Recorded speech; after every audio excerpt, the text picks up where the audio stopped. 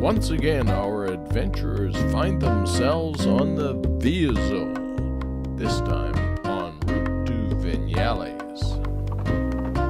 MTC Studio proudly presents Cuba Sea. Vinales is a more rural part of Cuba, but they had heard that there were some good caves here, and perhaps they might run into Indiana Jones and have to make a quick getaway. The thatched tobacco curing barns are a clue that you're getting closer to Vinales all the time. But wait a minute, does this driver know where he's going? Has he turned us around? No, it's just the numerous switchbacks that you have to take to drop down into that valley from the mountains. And then you're there, in a definitely more agricultural part of the country. Soon enough, you find yourself at Raul y Orquídea's Airbnb. A 10-minute walk away, you can find Restaurant Row, where there are numerous paladars to check out. But we were on a mission, and we couldn't let anything stop us. So, after the state-sanctioned breakfast of 3 pieces of cold toast, 2 buns, 3 kinds of fruit, an egg tortilla, 2 pieces of ham, 3 pieces of cheese, freshly squeezed fruit juice, and coffee, we were on our way to the tobacco farm.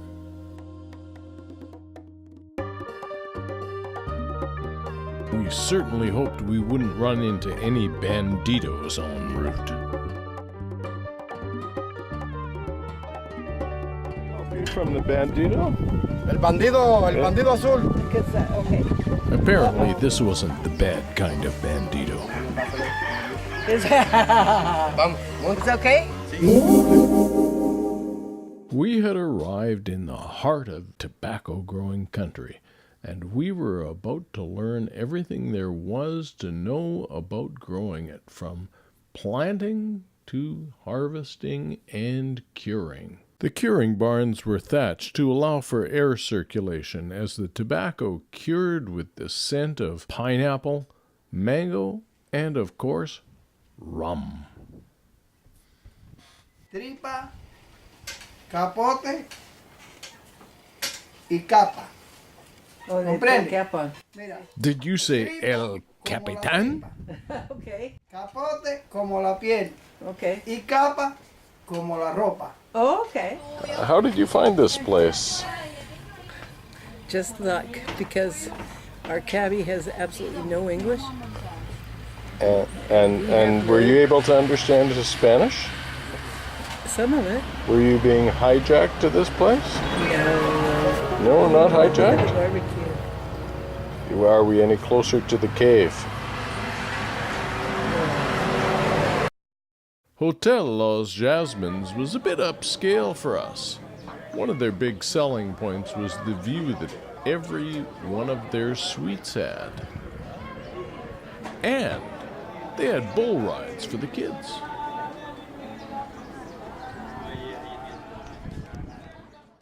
Next, our driver took us to the Mural Prehistoria. These murals took 18 artists 4 years to paint. But we weren't getting any closer to the caves. What could we do? Go up, young man, go up. But Mary advised Dawn against taking the chairlift. Instead, let's go catch the band.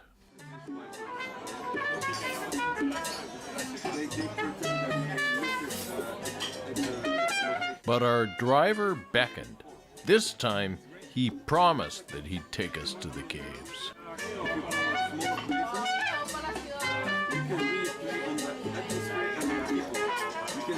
Finally, Las Cuevas del Indio. Will we find it here? Let's see what Mary thinks.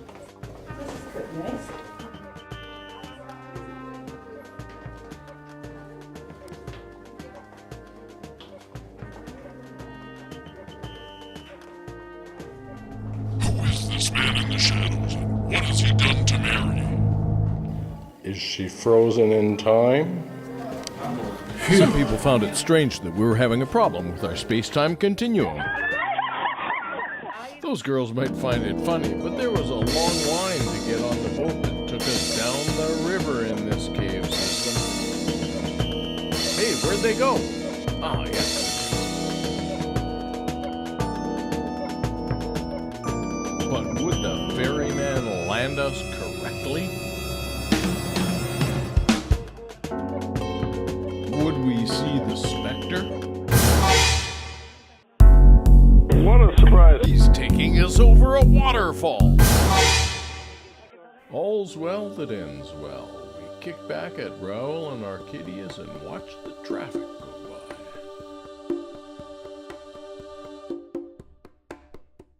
And then it was off to the Jardin Botanica de Vinales. They had lots of interesting local plants and some local animals. Not just geckos, but also the hutia, the Cuban tree rat, which was hunted almost to extinction for food during the special period of Cuban history. Parakeets, and of course, a beer tree. After a great dinner at Raoul and Arcadius, Mary was about to give them some culinary advice before we left the next morning. Senor Belair was our driver now. Chico got us to the Vinales station, but imagine my surprise when they didn't have space for us. I'd booked things on the wrong day, but Raoul and Orchidia to the rescue. Parion y Rosa, also known as Mom and Dad, meant that we wouldn't have to walk down that long, lonesome road looking for accommodation. Uh-oh, here's the man in the shadows again. Once settled in, it was lunch at the local Paladar, where Mary could chat up one of the local lads. Although we had failed to find any treasure in our cave hunt, Mary thought she'd go diving for it. I thought only a horse's ass would find themselves in that stream, so I decided to play a game of rooftop soccer. The next morning, we thought we'd try our luck at the Vinales station and got there in time to see the flag go up. It was time to say goodbye to our wonderful hosts and head off down the road. Maybe we'd escape in a hot air balloon. No such luck for us, though. It was the Vinales all the way to Veradero, then an exciting cab ride where one of us almost became airborne before finding the Casa Particular of Raymond y Moriama. Randy was our host, but he was nowhere in sight for the moment. His younger brother Raymond acted as our interpreter, and then it was off to explore Santa Marta, and then a bike ride to the beach. We weren't sure if what we had been up to in Cuba had been legal, so I went incognito.